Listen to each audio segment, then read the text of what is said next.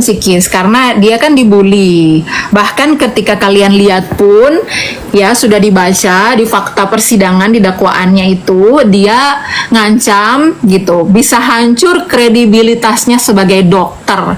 Lah, itu terdengar seperti apa? Seperti ancaman atau seperti kata-kata pujian buat kalian ya. Cuma orang yang benar-benar botol banget yang denial banget gitu loh. Denial kalau itu adalah pengancaman, bisa hancur kredibilitasnya sebagai seorang dokter. Nah, dia ngomong begitu, terus tiba-tiba dipelintir menjadi PT-nya yang harus melaporkan. Aduh, sekarang SOP-nya ditolak. Terus kayak mana kalian rasa? Hah? Gitu. Gimana lah? Ini kenapa produknya tidak dibahas? Sebenarnya ini ada orang bertanya kenapa produknya tidak dibahas, kalau tidak takut kenapa, kalau tidak salah kenapa takut, pokok banyak saya baca seperti itu. Jadi gini, pemahaman dari awal ketika terbentuknya definisi yang salah, ketika orang menanggapi itu salah sampai ke depannya akan salah. Itu aja konteksnya. Nah, kalau saya lihat ini bacanya itu rata-rata apa, kalau produknya tidak bermasalah kenapa takut? Bukan. Jadi cikal bakal terbentuknya itu dari oknum bertopeng, kemudian merambah kepada bagian-bagian unit-unit yang memang saling keterkaitan antara satu sama lain, hingga akhirnya seseorang bisa menjadi terdirection untuk secara emosional, orang tersebut menjadi depresi bisa jadi, dan itu semua dan orang tidak paham alur kesananya begitu. Nah, ketika kita soundingan ke hukum, baik itu 368, baik 369, itu sebenarnya bisa keterkaitan asal kita memahami konteksnya. Begitu.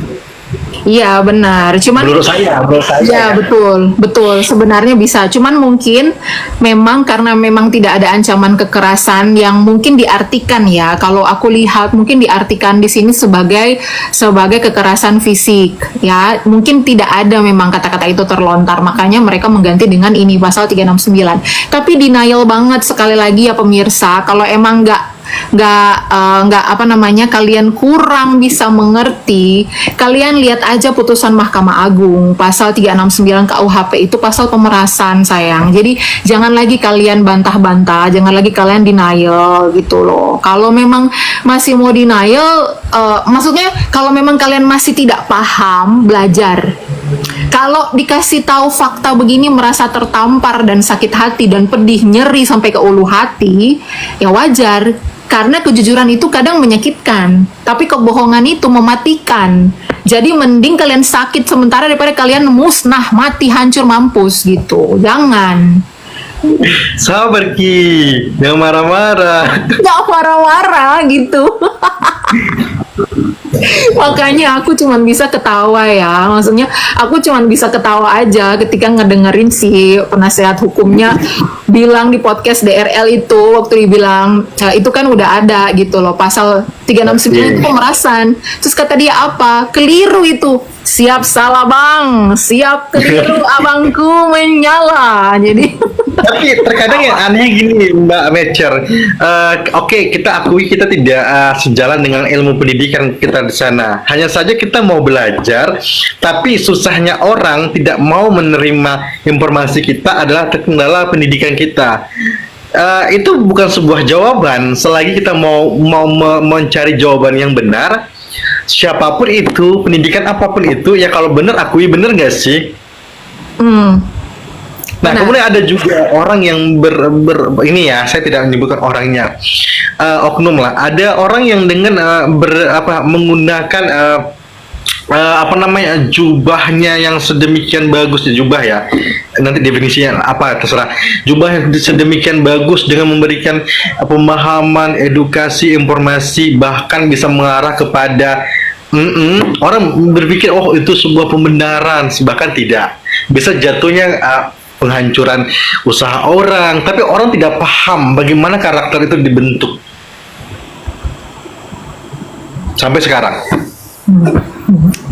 Ini aku lagi baca-baca. Yang ngomong aku dari dulu benci. Kalian kalau ngikutin aku dari dulu, aku itu sayang loh sama dia, sayang banget. Makanya waktu dia bermasalah sama anaknya, ya aku waktu dia bermasalah sama anaknya ya, aku bener-bener doain.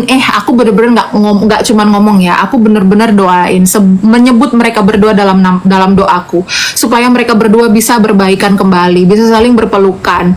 Aku sayang sama dia. Aku itu follower ya, aku suka dia, itu lucu menurutku gitu. Dia menurutku lucu, memang nggak munafik, tapi gini loh guys, sayang orang, cinta itu jangan buta gitu ya, jangan Benar-benar. cinta buta sampai membabi buta gitu loh. Kalaupun orang yang kita sayang itu salah, tegur Ferguson, bukan kau sembah, bukan kau puja-puja kalau dia salah, hanya perkara kau sayang. Itu pun berlaku dalam hubunganmu. Kalau kau punya pacarmu salah, bun-bun orang, ya kau tegur, jangan kau puja-puja gitu. Pacarmu memeras orang gitu, ya kau tegur, jangan kau tambah cinta gitu. Bucin jangan botol gitu. Benar. Betul-betul. Dengan ya itu suatu informasi lah buat kalian para netizen yang susah banget menerima informasi. Itu benar apa yang dikatakan oleh Miss Major. Kita flashback dari beberapa hari beliau masuk di YouTube DRL, dengan tidak sengaja pun ada beberapa indikasi beliau menjelaskan bahwasanya klien beliau salah dari mulai 368, ada pelaku, ada korban, ada perbuatan, ada tujuan, ada objek, ada ancaman pidana pun sebenarnya dia paham, tapi mencari celah sedikit saja ini bisa dibenarkan loh, begitu. Sehingga orang tidak tahu, orang berpikir dari sisi positif menyelamatkan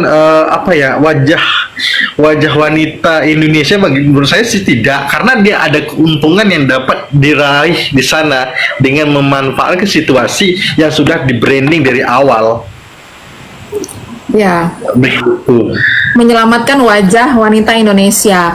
Kalau dia terima 4 miliar, harusnya dia sumbangkan kepada korban-korban yang kalau dia bilang ada korbannya. Kok datangi Marijan satu persatu, korbannya A, B, C, D ini ya buatmu, kok buatlah mukamu jadi cantik lagi ya sayang ya, aku sayang samamu, ini ya bekal buat kau, mukamu jadi mulus kembali gitu. 4 miliar buat kusumbangkan buat korban-korban yang ada berapa katanya, ribuan, jutaan korbannya rupanya. Itu gitu. Jadi ya udah gitu loh. Kok diem-diem baik dikasih gitu. Giliran sekarang sampai Pak Presiden kita dibuat sibuk. Kau yang terima uangnya, kau yang bahagia bayar cicilan rumah. Presiden kau ribetkan. Apa pula? Jadi ada juga yang komen, ya wajar lah dia minta tolong sama presiden, siapa lagi yang harus minta tolong kalau bukan kepada orang yang satu-satunya yang bisa minta tolong. Bukan begitu konteksnya, Maimunah. Jadi saya gimana ya? Saya membaca waktu beliau memaparkan redaksional pertolongan itu, saya juga ketawa dalam artian pertama salah konsep informasi itu. Sebenarnya kalau minta tolong bukan ke presiden, ini teman-teman harus paham dulu, bukan presiden, melainkan MK sebagai Mahkamah Konstitusi atau Mahkamah Agung yang lebih kooperatif untuk menjalankan pertolongan itu apabila beliau merasa beliau dirugikan, bukan presiden. Nah, kadang-kadang mereka mikir, aduh ini udahlah salah, trias politika, yang yudikatif, eksekutif, legislatif itu nggak usah lah bahas sana, nanti pusing kepala. Minimal ketika dirimu berbicara minta pertolongan, sasarannya itu tepat loh, begitu. Jangan sampai itu benar kata Miss Major, pada saat mendapatkan uang diam, kemudian sudah ada punishment yang diberikan. Aduh, orang yang terzolimi sedunia itulah dirimu. Lucu banget. Ya terus kan dibalikin duitnya yang dikasih ke developer ya kan. Terus ternaknya ngomong gini,